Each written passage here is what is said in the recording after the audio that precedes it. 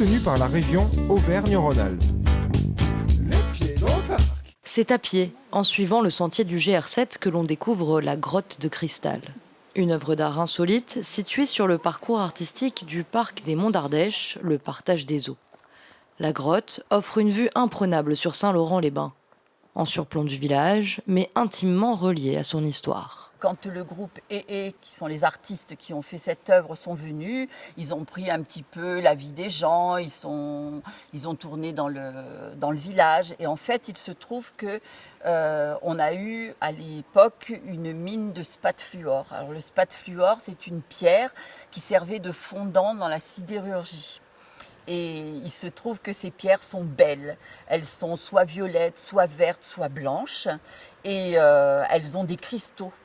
D'où le nom de grotte de cristal, puisqu'ils se sont servis de cette apparence esthétique pour déterminer leur projet et pour faire en sorte que ça ressemble à peu près à un cristal de spathfluor.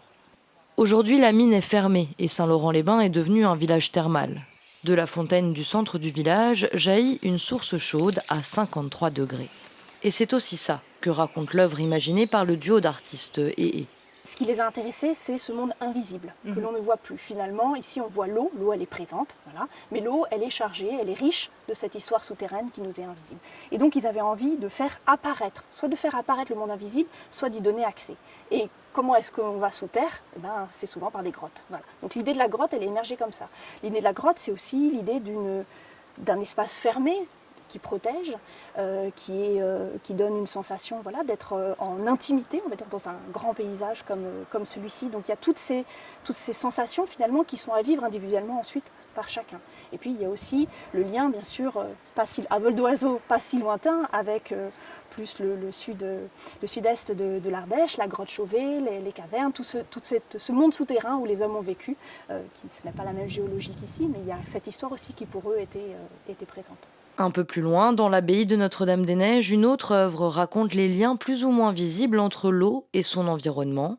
L'installation Terre-Loire, imaginée par le japonais Koichi Kurita, qui a prélevé plus de 10 000 échantillons de terres différentes sur les rives de la Loire, depuis sa source, en Ardèche, jusqu'à son embouchure à Saint-Nazaire.